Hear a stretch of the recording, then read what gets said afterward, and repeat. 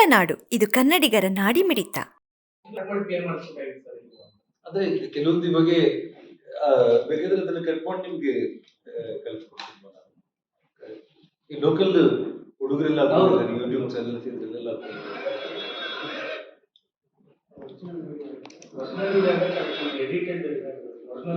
ಒಂದು ಕೆಲಸ ಮಾಡಿದ್ರೆ ಒರಿಜಿನಲ್ ವಿಡಿಯೋ ಇಲ್ಲ ಇದು ಮಾಡಿಬಿಟ್ಟು ಕಳಿಸ್ಲಿಕ್ಕೆ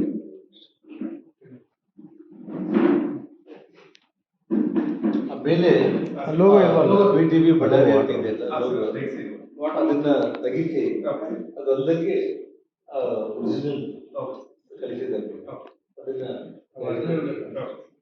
ಎಷ್ಟೊಂದು 5 ನಿಮಿಷದಲ್ಲಿ ಮಾಡ್ಬೋದು ಮಾಡಿ ಎಲ್ಲರೂ ಅವನು ತೆಲುಗಲ್ಲಿ ಮಾತಾಡಿದ್ರು. ಮೋಸ್ಟ್ಲಿ ಕೆಲವೊಬ್ಬರಿಗೆ ಲೋಕಲ್ ಬಳ್ಳಾರಿ ಅವ್ರಿಗೆ ಕ್ಯಾಚ್ ಆಗುತ್ತೆ. ಮತ್ತೆ ಅವನ ಕೆಟ್ಟ ಪದಗಳೇನು ಬಳಸಿದ್ದಾರಲ್ಲ ಅದರಲ್ಲಿ ಎಲ್ಲ ಸೌಂಡ್ ಜಾತಿನ ಬಳಸ್ತಾನೆ ಇರ್ತಾನೆ. ಬಳಸಿ ಆ ಕಮ್ಯುನಿಟಿ ಹುಡುಗರಲ್ಲಿ ಯಾರು ಅವ್ರ ಜೊತೆಯಲ್ಲಿ ಇದ್ರಲ್ಲ ಸರಿಯಾದ ಸಮಯ ಇವಾಗ ಆಗ್ಬಿಟ್ಟು ಸಿಗೋದಿಲ್ಲ ಅಂತ ಹೇಳಿ ಕೆಟ್ಟ ರಾಮುಲು ಹೆಸರ ಜೊತೆ ಕೆಟ್ಟ ಶಬ್ದಗಳು ಬಳಸ್ತಾನೆ ಅವನು ಮಾತಾಡಿದ್ದ. ಸತೀಶ್ ಶೆಟ್ಟಿ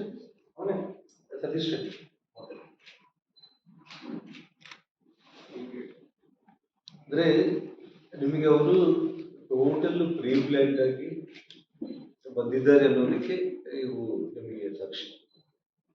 ಯಾವುದು ಕೂಡ ನಿಮಗೆ ಅಂದ್ರೆ ಅಲ್ಲೇನು ಅವ್ರ ಮನೆ ಹತ್ರ ನಾವು ಹೋಗ್ತೀವಿ ಬ್ಯಾನರ್ ಹಾಕೋ ಪ್ರಯತ್ನ ಮತ್ತೆ ಇನ್ನೊಂದು ಸಲ ಮಾಡೋಣ. ಸಂಜೆ ಮಧ್ಯಾಹ್ನದ್ದು ಪೊಲೀಸರು ಬಂದು ತೆಗೆಸಿದ್ರು. ಇವನಿಗೆ ನಾವೇ ಹೋಗ್ತೀವಿ ಮತ್ತೆ ಅವ್ರು ಅವ್ರು ಬಂದ್ರೆ ಆ ಟೈಮ್ನಲ್ಲಿ ನಾವು ಅನ್ಕೊಂಡಿದ್ದು ನಾನು ಹೇಳಿದ ತಕ್ಷಣ ಫೈರಿಂಗ್ನಾಗ ಏನಾಗಿದೆ ನನ್ನ ಮೇಲೆ ಅನ್ನೋದು ಒಂದ್ ಕಡೆ, ಅಲ್ಲಿ ರಾಮುಲ್ನೇ ಅವ್ನು ಅಟ್ಯಾಕ್ ಮಾಡಂತ ಇರ್ತಾರೆ. ಆ ಕ್ಷಣದಲ್ಲಿ ನಾನು ಬಂದಿರುತ್ತೆ ಕಾರಲ್ಲಿ ರಾಮುಲಲ್ಲಿ ಏನ್ ಇಶ್ಯೂ ಮಾತಾಡ್ತಾ ಇದ್ದೀನಿ ನಾನು ಆ ಸ್ಪಾಟಲ್ಲೇ ನಾನು ಬಂದಲ್ಲಿ ಹೇಳ್ತಿದ್ದಿಲ್ಲ. ಆ ಟೈಮ್ನಲ್ಲಿ ಫೈರಿಂಗ್ ಆಗಿರುತ್ತೆ. ಮತ್ತೆ ಅದೇ ಜನಾರ್ದನ ಬಂದ ಅಂತ ಹೇಳಿ ಅವ್ರೇನು ಕೂಗಾಡಿದ್ರು. ಆ ಟೈಮ್ನಲ್ಲಿ ಫೈರಿಂಗ್ ರಾಮುಲ್ ಮೇಲೆ ಮಾಡ್ಲಿಕ್ಕೆ ಧೈರ್ಯ ಮಾಡಲಿಲ್ಲ. ಅವನು ಎಷ್ಟು ವಾಯ್ಸ್ ಹೋಗೋಂಗೆ ಕೂಗಾಡ್ತಾನೆ ಇದ್ದಾನೆ. ಅವ್ರಿಗೆ ದೊಡ್ಡ ಬ್ಯಾಟರ್ ನಾಯಕ ಅವನು ಪಾಳೆಗಾರನ ಅವನ ಹೊಡಿರೋ ಅಂತ ಹೇಳಿ ಅವ್ನು ಕಂಟಿನ್ಯೂಸ್ ಕೂಗಾಡ್ತಾನೆ ಇದ್ದಾನೆ. ಯಾರು ರಾಮುಲ್ ಮೇಲೆ ಇದು ಮಾಡ್ಲಿಕ್ಕೆ ಯಾರು ಧೈರ್ಯ ಮಾಡಲಿಲ್ಲ ಅಷ್ಟೇ. ನಾನು ಯಾವಾಗ ಬಂದು ಅವಾಗ ಫೈರಿಂಗ್ ಶುರು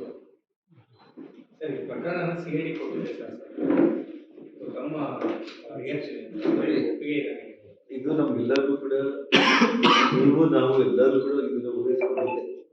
ಅಂದ್ರೆ ಜಸ್ಟ್ ಕನ್ನಡ ತಂತ್ರಕ್ಕೆ ಹೋಗಿ ನೋಡಿ ಲೋಕಲ್ ಪೊಲೀಸ್ ಅವರು ಏನಿದ್ದಾರೆ CID ಇಬ್ಬರು ಕೂಡ ರಾಜ್ಯ ಸರ್ಕಾರದ ಅಡಿಯಲ್ಲೇ ಕೆಲಸ ಮಾಡುವಂಥವ್ರು. ಬಹಳ ಪ್ರಾಮಾಣಿಕ ಅಧಿಕಾರಿಗಳಿದ್ರೆ ಅವರು ಇಷ್ಟೊತ್ತಿಗಾಗಲೇ ಬಂಧನ ಮಾಡಿಬಿಡ್ಬೇಕಾಗಿತ್ತು. ಈ ಕ್ಷಣದಲ್ಲೇ ಬಂಧನ ಮಾಡಿಬಿಡ್ಬೇಕಾಗಿತ್ತು. ಅಂದ್ರೆ ಒಂದು MLA ಸಮಕ್ಷಮದಲ್ಲೇ ಸತೀಶ್ ಶೆಟ್ಟಿ ಸಮಕ್ಷಮದಲ್ಲಿ ಅವನೇ ಕೂಗಾಟ ಮಾಡಿ ರಾಮುಲ್ನೇ ಹೊಡೆದು ಸಾಯಿಸ್ಬೇಕು ಅನ್ನೋಂಥ ಒಂದು ಕೂಗಾಟ. ನಾನು ಬಂದ ತಕ್ಷಣ ಫೈರಿಂಗ್ ಮಾಡಿರೋಂಥ ಒಂದು ವಿಚಾರದಲ್ಲಿ ಸತೀಶ್ ಶೆಟ್ಟಿನ ಅವನ ಬೆಂಬಲಿಗಿಂದ ಅರೆಸ್ಟ್ ಮಾಡಬೇಕಾಗಿತ್ತು.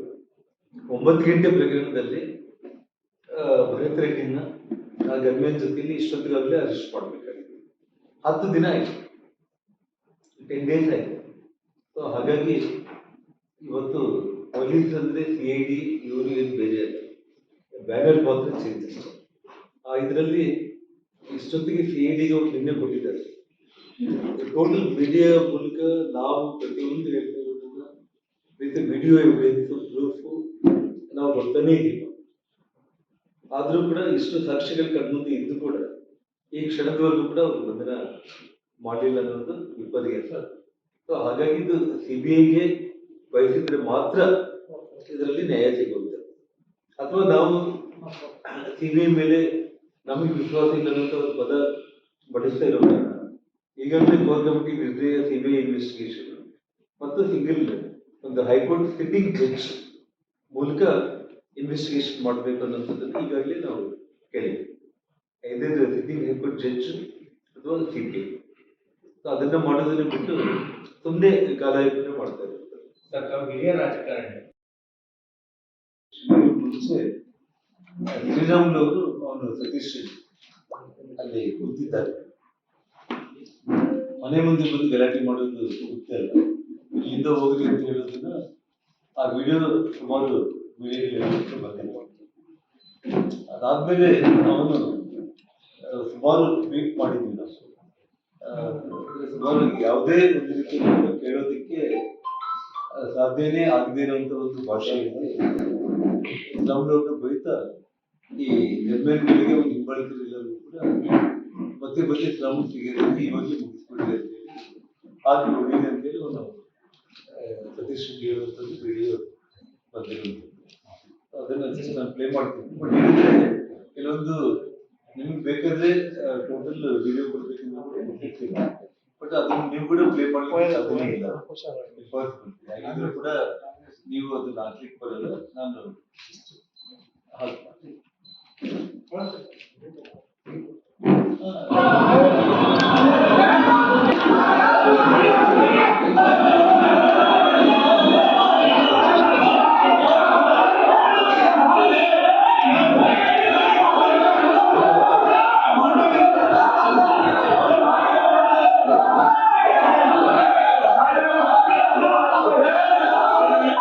ಅವ್ರ ಕಡೆಯಿಂದಾನೇ ವಿಡಿಯೋ ತೆಗೆದಿದ್ದಾರೆ.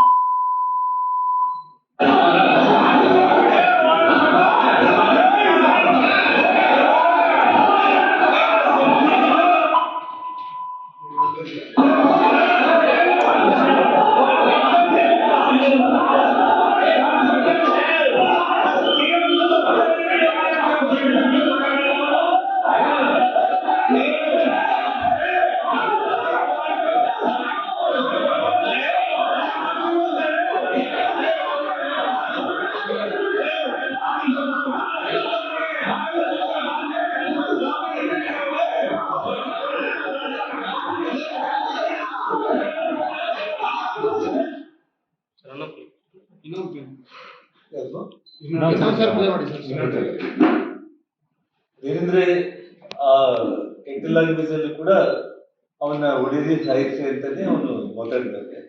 ಬಟ್ ಬಹಳ ನೀಚವಾದ ಪದಗಳಿವೆ. ಹಾಗಾಗಿ ಬಿಟ್ ಮಾಡಿದ್ದೀನಿ. ಬೇಕಾದ್ರೆ ಪರ್ಸನಲ್ ನಾನು ಬಹಳ ವರ್ಷಿದೆ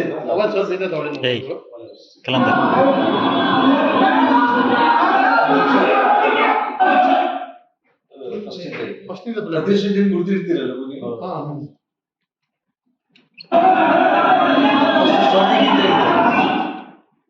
ಸ್ಟಾರ್ಟಿಂಗ್ ಇಂದ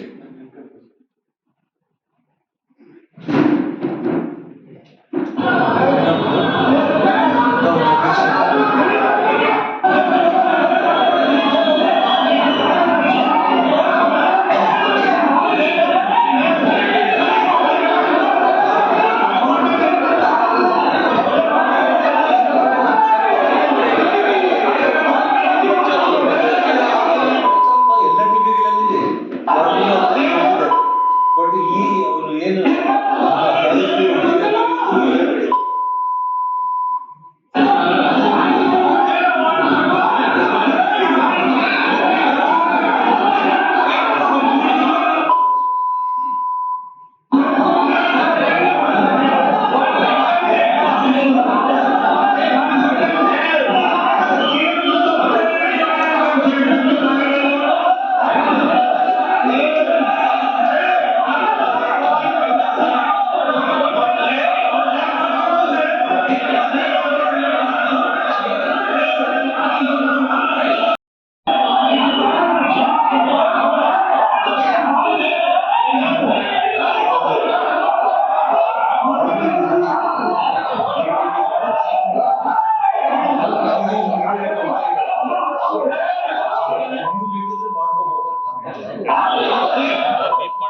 ಸೌಂಡ್ ಮಾಡೋದಲ್ಲ ಮಾತಾಡೋದು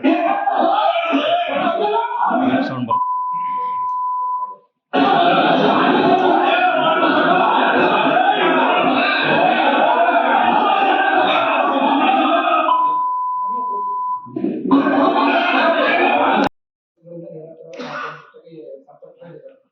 ಎಲ್ಲೂ ಕೂಡ ಒಂದು ಕಾರಣ ಹೇಳ್ಕೊಳ್ಳಿಲ್ಲ ಈ ತರ ಬೈದು ಅಂತ. ನಮಗೆ ನಿನ್ನೆ ಸಂಜೆನೆ ಬಂದಿರೋದು, ನಮಗೆ ಈ ವಿಡಿಯೋ ಬಂದಿರುವಂತದ್ದು ನೋಡಿ.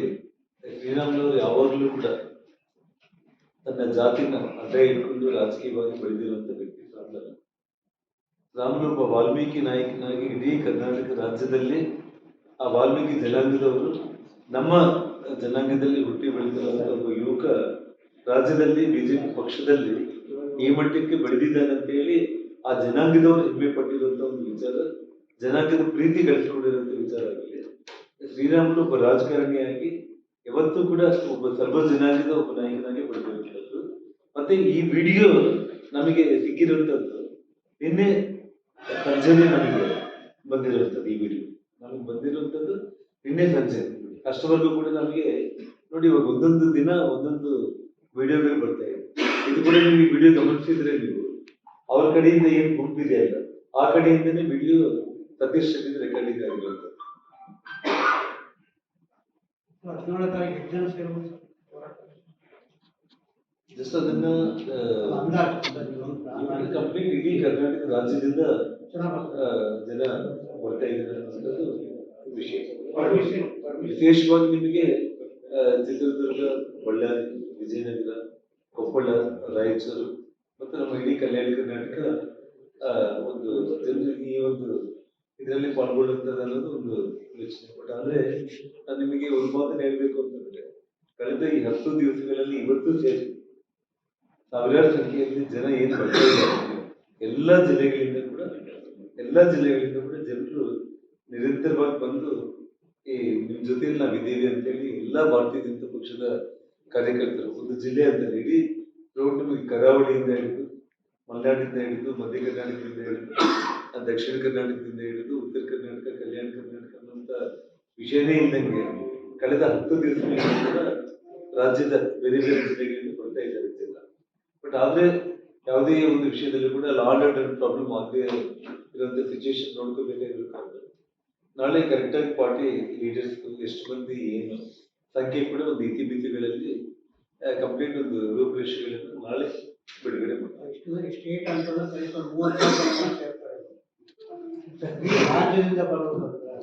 ನಾವೇನು ಇದುವರೆಗೆ ಹಿಂಗೆ ನೀವು ಕ್ಲಾರಿಟಿ ಕೊಟ್ಟಿದ್ದೀವಿ. ಅಕ್ಕಪಕ್ಕದ ಜಿಲ್ಲೆ ಚಿತ್ರದುರ್ಗ, ಸಾರಿ ವಿಜಯನಗರ ಜಿಲ್ಲೆಯಿಂದ ಬರ್ಬೋದು. ನೋಡಿದ್ರೆ 30-35 ಜನ ನಿರೀಕ್ಷೆ ಆಗ್ತದೆ. ಆಮೇಲೆ ಪರ್ಮಿಷನ್ ಕೊಡಲ್ಲ ಸರ್ಕಾರ ಅಥವಾ ಜಿಲ್ಲಾಡಳಿತ ಅಂತ ಮಾಡ್ತೀವಿ. ನಾವು ಈಗಾಗಲೇ ಜಿಲ್ಲಾಧಿಕಾರಿಗಳಿಗೆ ನಮ್ಮ ಆಲ್ರೆಡಿ ಲೆಟರ್ನ ಕೂಡ ನಾವು ಸಬ್ಮಿಟ್ ಮಾಡಿದ್ದಾರೆ. ಅವರು ನಾಳೆ ಅವ್ರ ಪರ್ಮಿಷನ್ ಕೊಡ್ತಾರೆ. ಜಿಲ್ಲಾಧಿಕಾರಿ ಈಗಾಗಲೇ ನಮ್ಮ ಜಿಲ್ಲಾ ಭಾರತೀಯ ಜನತಾ ಪಕ್ಷ ಅಧ್ಯಕ್ಷರು ಅನಿಲ್ ನಾಯ್ಡು ಅವ್ರ ಕಡೆಯಿಂದ ಈಗಾಗಲೇ ಲೆಟರ್ ಕೂಡ ಕೊಟ್ಟಿದ್ದಾರೆ ಪ್ರೋಗ್ರಾಮ್. ಹಾಗಿಲ್ಲಂದ್ರೆ ಕೋರ್ಟ್ ಇದೆ, ಕೋರ್ಟ್ ಮೂಲಕ ನಾವು ನಮ್ಮ ಧಾರವಾಡದಲ್ಲಿ ವಿನಯ್ ಕುಲಕರ್ಣಿ ಅವರಿಗೆ CID ಅವರು 2016ರಲ್ಲಿ ಕ್ಲೀನ್ ಚಿಟ್ ಅನ್ನು ಕೊಡ್ತಾರೆ. ಅದಾದ್ಮೇಲೆ 2019ರಲ್ಲಿ CBI ತನಿಖೆಯಲ್ಲಿ ಮತ್ತೆ ಅವರು ಹೊರಗಡೆ ಹೋಗ್ತಾರೆ. ಹಾಗಾಗಿ ಇವಾಗ CBI ತನಿಖೆಯಿಂದನೇ ಏನಾದ್ರೂ ಕೂಡ ಸತ್ಯಾಂಶ. ಸಿಬಿಐ ತನಿಖೆ ಸಿಟ್ಟಿಂಗ್ ಜಡ್ಜ್ ಅಂದ್ರೆ ಯಾರಾದ್ರೂ ಒಪ್ಬೋದು. ಸಿಬಿಐ ಅಂದ್ರೆ ಕೇಂದ್ರದಲ್ಲಿ ಸರ್ಕಾರ ಇದೆ, ಅದ ಹೆಂಗೆ ನ್ಯಾಯ ಸಿಗುತ್ತೆ ಸರ್? ಅದಕ್ಕೆ ನಾವು ಎರಡು ಆಪ್ಷನ್ಸ್ ರಾಜ್ಯ ಸರ್ಕಾರಕ್ಕೆ ನಾವು ಒತ್ತಾಯ ಮಾಡಬೇಕು. ಅಲ್ಲ, ಸಿಬಿಐ ಅಂದ್ರೆ ಸಹಜ ಸತ್ಯ ಇರ್ಬೋದು, ಆದ್ರೆ ಅಪೋಸಿಷನ್ ಪಾರ್ಟ್ ಅವರೇ ಹೋಗ್ತಾರೆ, ಅವ್ರು ಸಿಬಿಐ ಅವರ ಹ್ಯಾಂಡ್ ಓವರ್ ಆಗಿದೆ ಅಂತ ಹೇಳ್ತಾರೆ. ಅದಕ್ಕೋಸ್ಕರನೇ ಆದ್ರೂ ಕೂಡ ಅವರು ಸಿದ್ದರಾಮಯ್ಯ ಅವರೆಲ್ಲ ಪಾದಯಾತ್ರೆ ಬಂದ ಮೇಲೆ ಅವರು ಕೇಂದ್ರ ಸರ್ಕಾರದಲ್ಲಿ UPA ಇದ್ದಾಗ CBI ನಲ್ಲೇ ಕೂಡ ಮಾಡ್ತಿದ್ದು ನಿಮ್ಗೆಲ್ಲ ನಿಮ್ ಕಣ್ಣು ಮುಂದೆನೇ ಇದೆ. ಅದನ್ನ ನಾವು ಫೇಸ್ ಮಾಡಿದ್ವಿ ನಾವು. ಅದೇ ಒಂದು ರೀತಿಯಲ್ಲಿ ಇವತ್ತು ಅವ್ರಿಗಿಂತ ಮುಂಚೆನೇ ಒಂದು ಸ್ಟೆಪ್ ನಾವು ಮುಂದೆ ಹೋಗಿ ಭಾರತೀಯ ಜನತಾ ಪಕ್ಷ ಸಿಟ್ಟಿಂಗ್ ಹೈಕೋರ್ಟ್ ಜಡ್ಜ್ ಮೂಲಕ ಅಂತಾನೆ ನಾವು ಆಪ್ಷನ್ ಫಸ್ಟ್ ಕೇಳಿ ಅಥವಾ CBI ಎರಡರಲ್ಲಿ ಆಪ್ಷನ್ ಅವ್ರು ಕೊಟ್ಟಿದ್ದೀವಿ. ಈ ರಾಜ್ಯದ ಮುಖ್ಯಮಂತ್ರಿಗಳು ಇಷ್ಟೊತ್ತಿಗಾಗಲೇ ಸಿಟ್ಟಿಂಗ್ ಹೈಕೋರ್ಟ್ ಜಡ್ಜ್ ಮೂಲಕ ಅವ್ರು ಹಾಕಿಬಿಟ್ಟು ಒಂದು ಟೀಮ್ ಕೊಟ್ಟಿದ್ರೆ ಇಷ್ಟೊತ್ತಿಗಾಗಿ ಇಡೀ ಜಗತ್ತಿಗೆ ಎಲ್ಲ ಸತ್ಯಾಂಶಗಳು ಪ್ರೂಫ್ಸ್ ಇರೋ ಟೈಮಲ್ಲಿ ಹೊರಗಡೆ ಬಂದ್ಬಿಡ್ತಾ ಇದ್ರು. ಸರ್, CID ಕೊಟ್ಟಿರೋದನ್ನ ಸೋಮಶೇಖರ್ ರೆಡ್ಡಿ ಅವರು ಸಮರ್ಥನೆ ಮಾಡ್ಕೊಳ್ತಾರೆ, ಶ್ರೀರಾಮುಲು ಅವರು ಸಮರ್ಥನೆ ಮಾಡ್ಕೊಳ್ತಾರೆ, ಆದ್ರೆ ನೀವು ಮಾತ್ರ ವಿರೋಧ ಮಾಡ್ತಾ ಇದ್ದೀರಿ. ನಿನ್ನೆ ನೀವು ಮಾತಾಡಿದ್ದೀರಿ, ಅವ್ರ ವಿಡಿಯೋಗಳು ನಿಮ್ಮಲ್ಲೇ ಇದೆ, ನಾನು ನೋಡಿದ್ದೀನಿ. CIDಯಲ್ಲಿ ನಿಷ್ಪಕ್ಷಪಾತವಾಗಿ ತನಿಖೆ ಆಗುತ್ತೆ ಅಂದ್ರೆ ಪರವಾಗಿಲ್ಲ, ಬಟ್ ಅದು ಆಗುವಂತ ಅವಕಾಶಗಳು ಇಲ್ಲದೆ ಇರೋ ಕಾರಣ CBI ತನಿಖೆ ಆಗ್ಬೇಕಂತಾನೆ ಅವ್ರು ಮಾತಾಡ್ತಾರೆ. ನಾನು ನೋಡಿ ಇಲ್ಲಿ ನಿಮ್ಮ ಮುಂದೆ ವಿಡಿಯೋ ಇದೆ, ಬೇಕಾದ್ರೆ ನಾನು ಪ್ಲೇ ಮಾಡ್ತೀನಿ. CID ಅವ್ರು ಏನು ಇವಾಗ ಇನ್ವೆಸ್ಟಿಗೇಷನ್ ಕೊಟ್ಟಿದ್ದಾರೆ ಆ ವಿಷಯದಲ್ಲಿ ಏನಿಲ್ಲ, ಬಟ್ ಅಂದ್ರೆ ಅವ್ರು ನಿಷ್ಪಕ್ಷಪಾತವಾಗಿ ತನಿಖೆ ಮಾಡ್ತಾರೆ ಅನ್ನೋದು ಪರವಾಗಿಲ್ಲ. ಅವ್ರು ಮಾಡಿಲ್ಲ ಅಂತಂದ್ರೆ CBI ತನಿಖೆ ಆಗ್ಲೇಬೇಕನ್ನೋದು ನಾವು ಇನ್ಫ್ಲೂಯೆನ್ಸ್ ಮಾಡಿವಿ ಅನ್ನೋಂಥ ಅಪವಾದ ಕೂಡ ನಮ್ಮ ಮೇಲೆ ಆಗೋದಕ್ಕೆ ಇದೆ. ಯಾಕಂದ್ರೆ ಅವ್ರ ತಂದೆ ಸೋಮಶೇಖರ್ ಅವರಿಗೆ ದುಡಿದಿದ್ದಾರೆ. ನಾನು ಫೈನಾನ್ಷಿಯಲ್ ಹೆಲ್ಪ್ ಮಾಡ್ತಿದ್ದೆ. ಸೋಮಶೇಖರ್ ಅವ್ರಿಗೆ ದುಡಿದಿದ್ದಾರೆ ತಂದೆ. ಅವರು ಪಾಪ 3 ವರ್ಷದಿಂದ ಏನೋ ತಿರ್ಕೊಂಡು ಹೋಗ್ಬಿಟ್ಟಿದ್ರು. ಈ ಹುಡುಗ ಅಮಾಯಕ, ಅವನು ಇವಾಗ ಬಲಿಯಾದ. ಇವಾಗ ನಾವು ಅವ್ರ ಮನೆಗಳಿಗೆ ಬರೋದ್ರಿಂದ ಏನೇ ಇದ್ರು ಕೂಡ ಅನಾವಶ್ಯಕವಾಗಿ ಮೀಡಿಯಾದಲ್ಲಿ ನಾವೇನೋ ಸಿಬ್ಬಂದಿ ತೋರಿಸ್ಲಿಕ್ಕೆ ಹೋಗಿದ್ದೀವಿ ಅನ್ನುವಂಥದ್ದು, ಮತ್ತೆ ನಾವು ಅವ್ರನ್ನೇನೋ ಇನ್ಫ್ಲೂಯೆನ್ಸ್ ಮಾಡಿವಿ ಅನ್ನೋದನ್ನು ನಮ್ಮ ತಲೆ ಮೇಲೆ ಆಗೋ ಚಾನ್ಸ್ ಬರುತ್ತೆ. ಅದಕ್ಕೆ ನಾವು ಹೋಗ್ತಾ ಇಲ್ಲ. ಫಸ್ಟ್ ತನಿಖೆಯಿಂದ ಮುಗಿದ ಮೇಲೆ ಏನ್ ಸಹಾಯ ಮಾಡ್ಬೇಕಂದ್ರೆ ನಾವು ಮಾಡೋದಕ್ಕೆ ನಾವು ತಯಾರಿ. ಯಾವುದು CBI ಕೇಸ್ಗಳಲ್ಲಿ ನಾನು ನಿರೀಕ್ಷಣೆ ತಗೊಂಡಿದ್ದೆ, ಈ ಕೇಸ್ಗಳ ವಿಷಯದಲ್ಲಿ ನಾನೇ ತಗೊಂಡೆ. ನಮ್ಮ ಮನೆ ಮೇಲೆ ಬಂದು ನಮ್ಮ ಮೇಲೇನೆ ದಾಳಿ ಮಾಡಿ ನನ್ನ ಮೇಲೆ ಅವರು ಕೇಸ್ ಮಾಡ್ತಾರೆ ಅಂತಂದ್ರೆ ಅದೆಲ್ಲದಕ್ಕೂ ಜಾಮೀನು ತಗೊಳ್ಳೋ ದೃಷ್ಟಿನೇ ಬರ್ತದೆ. ತನಿಖಾ ತಂಡಗಳು ಏನಾದರೂ ನಿಮ್ಮನ್ನ ಸಂಪರ್ಕ ಮಾಡಿದ್ರು ಸರ್? ಇದುವರೆಗೂ ಯಾವ ಒಬ್ಬರು ಕೂಡ ಕೇವಲ ನಾನು ಕೊಟ್ಟಿರುವಂತ ಕಂಪ್ಲೇಂಟ್ಗಳ ಆಧಾರದ ಮೇಲೆ ಇಲ್ಲಿಗೆ ಬಂದು ಅವರೆಲ್ಲ ಮಾಜರ್ ಮಾಡಿರುವಂತದ್ದು, ಪಂಚನಾಮ ಮಾಡಿರುವಂತದ್ದು ಬಿಟ್ರೆ, ಮತ್ತು ಕೆಲವೊಂದು ಬಾಂಬ್ ಸ್ಫೋಟಗಳೆಲ್ಲ ಕೂಡ ಬಂದು ಫೋರೆನ್ಸಿಕ್ ಅವರೆಲ್ಲ ಕೂಡ ಬಂದು ಮನೆ ಸುತ್ತಮುತ್ತ ಮನೆ ಮೇಲೆ ಆಗಿರೋ ದಾಳಿ ಬಗ್ಗೆ ಆ ಕಲ್ಲು, ಬಾಟಲ್ಸ್, ಪೆಟ್ರೋಲ್ ಬಾಂಬ್ಸ್ ಮತ್ತು ಬುಲೆಟ್ಗಳನ್ನು ಅವರು ವಶಪಡಿಸಿಕೊಂಡು ಅದನ್ನ ನನ್ನ ಸಮಕ್ಷಮದಲ್ಲಿ ಕೌಂಟ್ ಮಾಡಿ ಅವ್ರ ವಿಡಿಯೋ ಮೂಲಕ ಮಜರ್ ಮಾಡಿ ತಗೊಂಡು ಹೋಗಿರುವಂತದ್ದು ಮಾತ್ರ ಇದುವರೆಗೆ ಆಗಲ್ಲ. ಅಧಿಕಾರಿಗಳ ಮೇಲೆ ನಾವು ಕೊಟ್ಟಿದ್ದಕ್ಕೆ ನಾವು ಹೈಕೋರ್ಟ್ ಅಲ್ಲಿ ರಿಟ್ ಪಿಟಿಷನ್ ಫೈಲ್ ಮಾಡ್ತಾ ಇದ್ದೀವಿ. ನಾವು ಇಬ್ಬರನ್ನ ಬಂದು ಕೊಟ್ಟಿದ್ವಿ. ನಾನು ನಿಮಗೆ ವಿಡಿಯೋದಲ್ಲಿ ಹೋಗಿ ಹೇಳಿದ್ದೆ, ಅವರು ಆಲ್ರೆಡಿ ಆಗಿರುವಂತ FIR ಅಲ್ಲಿ ಮುಂದೆವರೆದು ಭಾಗವಾಗಿ ನಾವು ಇದನ್ನು ತಗೊಳ್ತೇವೆ ಅಂತ ಹೇಳಿದ್ದಾರೆ. ಆಲ್ರೆಡಿ ಆಗಿರುವಂತ FIR ಅಲ್ಲಿ ಈ ASP ರವಿಕುಮಾರ್ ಮತ್ತು ನಂದಾ ರೆಡ್ಡಿ ಅವ್ರ ಬಗ್ಗೆ ನಾವು ಅಲ್ಲಿ ಪ್ರಸ್ತಾವನೆ ಮಾಡಿಲ್ಲ. ಸೊ ಹಾಗಾಗಿ ಅದನ್ನು ನಾನು ಹೈಕೋರ್ಟ್ ಅಲ್ಲಿ ರಿಟ್ ಪಿಟಿಷನ್ ಅಲ್ಲಿ ನಾನು ಅದನ್ನು ಚಾಲೆಂಜ್ ಮಾಡ್ತೇನೆ. ನಾಳೆ ನಡೆದಲ್ಲಿ ಫೈಲ್ ಮಾಡ್ತೀನಿ. CIDಗೆ ತನಿಖೆ ಕೊಟ್ಟಿರುವಂತದ್ದು ಕಣ್ಮುಂದಿದೆ ಸರ್. ಸೊ ಅಂತ ಸಂದರ್ಭದಲ್ಲಿ ನೀವು ಈಗ CID ಬೇಡ CBI ಬೇಕಂದ್ರೆ ನಿಮಗೂ ಕೂಡ ರಾಜ್ಯದ ಪೊಲೀಸರ ಮೇಲೆ ನಂಬಿಕೆ ಇಲ್ಲ ಹೆಂಗ? ಈ ಹಿಂದೆ ನಾನು ಹೇಳ್ತೀನಿ ನಿಮಗೆ,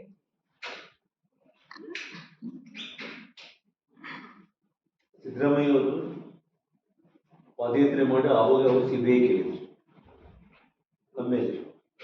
ಅದಾದ್ಮೇಲೆ ಕೋರ್ಟ್ ಮೂಲಕ CBI ವಿಚಾರಣಕ್ಕೂ ಅವರು ಇದು ಮಾಡ್ಕೊಂಡು ಬಂದರು. ಇವತ್ತು ನಾವು CBI ಕೇಳ್ತಾ ಇದ್ದೀವಿ, ನೀವು ಕೊಟ್ಟಿಲ್ಲ ಅಂದ್ರೆ ನಾವು ಕೂಡ ಕಾನೂನು ಮಾರ್ಗಗಳಲ್ಲಿ ನಾವು ಹೈಕೋರ್ಟ್, ಸುಪ್ರೀಂ ಕೋರ್ಟ್ ಮಟ್ಟಕ್ಕೂ ನಾವು ಫೈಟ್ ಮಾಡೋದಕ್ಕೆ ನಾವು ರೆಡಿಯಾಗಿದ್ದೀವಿ.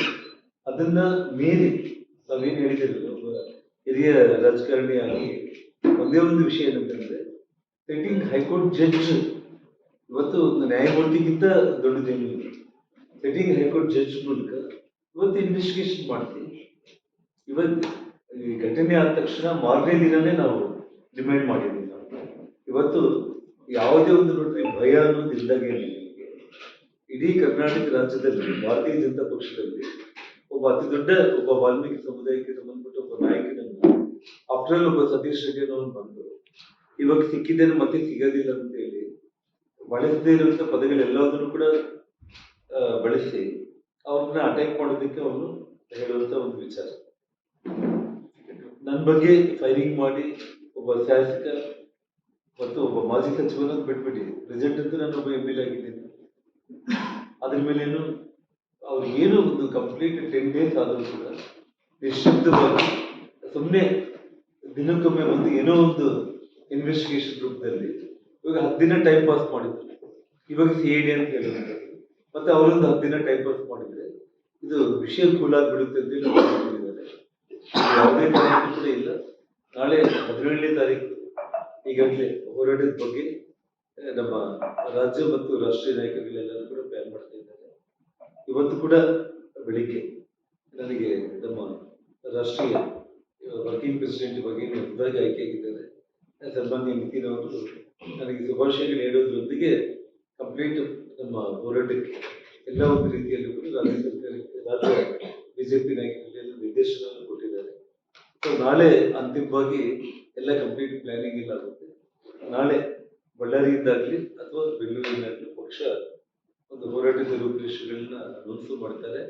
ಯಾವುದೇ ಕಾರಣಕ್ಕೂ ಕೂಡ ಅವನು ಭರತ್ ರೆಡ್ಡಿನ, ಸಂಜಯ್ ರೆಡ್ಡಿನ ಈ ಒಂದು ಕೃತ್ಯದಲ್ಲಿ ಭಾಗಿಯಾಗಿರುವಂತ ಎಲ್ಲ ಒಂದು ಇನ್ನ ಇದರಲ್ಲಿ ಎಷ್ಟು ಪ್ಲಾನಿಂಗ್ ಅವ್ರು ಮಾಡ್ಕೊಂಡಿದ್ದಾರೆ ಅನ್ನೋದ್ರ ಬಗ್ಗೆ ಬಹಳಷ್ಟು ವಿಷಯಗಳು ಬಂದಿದೆ. ಆ ವಿಷಯಗಳನ್ನ ಈಗಾಗಲೇ ಅದನ್ನ ಕುಟುಂಬ ಸದಸ್ಯರಿಗೂ ತೊಂದರೆ, ರಾಜಶೇಖರ್ ಅವ್ರ ಕುಟುಂಬ ಸದಸ್ಯರು ಕೂಡ ತೊಂದರೆ ಆಗ್ಬಾರ್ದು ಅನ್ನೋ ಕಾರಣಕ್ಕೆ ಇನ್ನ ಕೆಲವೊಂದು ಯೋಚನೆ ಮಾಡ್ತಾ ಇದ್ದೀವಿ. ಅಷ್ಟು ದೊಡ್ಡ ಎವಿಡೆನ್ಸ್ಗಳು ಇನ್ನು ನಮ್ಮ ಮುಂದೆ ಬಂದಿರುವಂತದ್ದು. ಇವತ್ತು ನಾಳೆ ಇನ್ನ ನೋಡೋಣ. ಪಾದಯಾತ್ರೆ ಬಳ್ಳಾರಿಯಲ್ಲಿ ದೊಡ್ಡ ಮಟ್ಟದ ರ್ಯಾಲಿ ಮೂಲಕ ಪಾದಯಾತ್ರೆ ಒಂದು ವಿಷಯದಲ್ಲಿ ಕಂಪ್ಲೀಟ್ ಒಂದು ರೂಟ್ ಮ್ಯಾಪ್ಗಳಾಗಿರಲಿ, ಪ್ಲಾನಿಂಗ್ ಆಗಲಿ, ಯಾರ್ಯಾರು ಪಾಲ್ಗೊಳ್ಳೋದಾಗಲಿ, ಹೇಗೆ ಅನ್ನೋದ್ರ ಬಗ್ಗೆ ಇವತ್ತು ಪಾರ್ಟಿ ನಿನ್ನೆ ನಾನು ಹೋದಾಗ ಕೂಡ ನಾವು ಮೀಟಿಂಗ್ ಮಾಡಿದ್ದೀವಿ. ಅದ್ರ ಬಗ್ಗೆ ಕಂಪ್ಲೀಟ್ ಒಂದು ಪ್ಲಾನಿಂಗ್ ಅನ್ನೋದನ್ನ ರೂಟ್ ಮ್ಯಾಪ್ಗಳಿಂದ ಹಿಡಿದು ಎಲ್ಲದನ್ನು ಪ್ಲಾನಿಂಗ್ ಮಾಡ್ತಾ ಇದ್ದಾರೆ. ಯಾವುದಕ್ಕೆ ಅದನ್ನ ನಾಳೆ ತೀರ್ಮಾನ ಮಾಡ್ತಾರೆ. ಸಮಾವೇಶ ಏನಾದ್ರು ಮಾಡ್ತೀರಾ ಸರ್? ರ್ಯಾಲಿ ಜೊತೆಗೆ 17 ದಿನಾಂಕ ಅನ್ನೋದಂತೂ ಕ್ಲಿಯರ್ ಆಗಿ ಫಿಕ್ಸ್ ಆಗಿರುವಂತದ್ದು. ಆ ಡೇಟ್ ಒಂದ್ಮೇಲೆ ಹೆಚ್ಚು ಕಡಿಮೆ ಅಂದ್ರೆ ಒಂದಿನ ಗೊತ್ತಿಲ್ಲ ಅಷ್ಟೇ ಆಗಲಿ. ಬಟ್ ಹೋರಾಟದ ವಿಷಯಗಳೆಲ್ಲವೂ ಕೂಡ ಕ್ಲಿಯರ್ ಆಗಿದೆ. ನಾಳೆ ಕಂಪ್ಲೀಟ್ ಪಿಕ್ಚರ್ ಸಮಾವೇಶ ಏನಾದ್ರು ಪ್ಲಾನ್ ಮಾಡಿದ್ದೀರಾ ಸರ್? ಸಮಾವೇಶ ಏನಾದ್ರು? ಅದೇ ನಾನು ಹೇಳ್ತೇನೆ. ಸಮಾವೇಶ ನಂತರ ಒಂದು ಪಾದಯಾತ್ರೆ ರೂಟ್ ಆಗಲಿ, ಇನ್ನೊಂದಾಗಲಿ, ಯಾರ್ಯಾರು ಪಾಲ್ಗೊಳ್ಳುವಂತ ಒಂದು ವಿಚಾರ ಆಗಲಿ, ನಾಯಕರುಗಳ ವಿಷಯದಲ್ಲಿ ಎಲ್ಲ ಹೇಗೆ ಏನು ಅನ್ನೋದು ಎಲ್ಲದರ ಬಗ್ಗೆ ಕೂಡ ನಾಳೆ ಕ್ಲಿಯರ್ ಆಗಿ ಪಕ್ಷದ ಕಡೆಯಿಂದನೇ ಘೋಷಣೆ. ಪಾದಯಾತ್ರೆ ಬಳ್ಳಾರಿಯಲ್ಲಿ ಸಿಟಿ ನೀವು ರ್ಯಾಲಿ ಅಂತ ಒಂದ್ಸಲ ಹೇಳಿದ್ರಿ.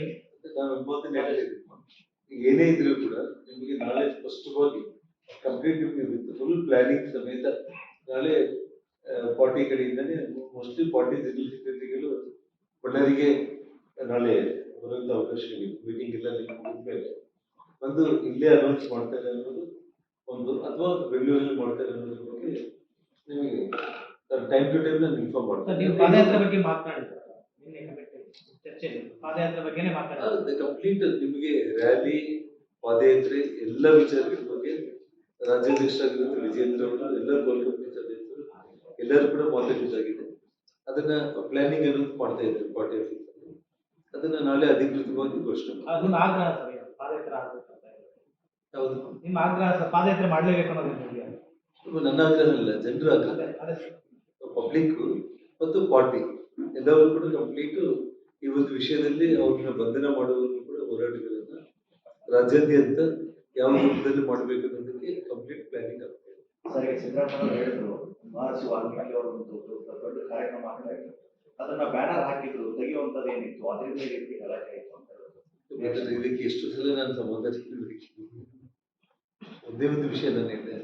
ಅವರು ರಾಜ್ಯದ ಮುಖ್ಯಮಂತ್ರಿಗಳು ಮಧ್ಯಾಹ್ನ 2:00 ನಮ್ಮ ಕಾಂಪೌಂಡ್ ಒಳಗಡೆ ಬ್ಯಾನರ್ ಇದ್ದಿದ್ದನ್ನ ನಾನು ಅಧಿಕೃತವಾಗಿ ಪೊಲೀಸರಿಗೆ ನಾನು ಮಾಹಿತಿ ಕೊಟ್ಟು ಪೊಲೀಸರನ್ನೇ ಕರೆಸಿ, ಪೊಲೀಸರ ಸಮಕ್ಷಮದಲ್ಲಿ ಪೊಲೀಸರೇ ಅದನ್ನ ತೆರವುಗೊಳಿಸಿ ಅವರು ಇಲ್ಲಿಂದ ಹೊರಟಿದ್ರು.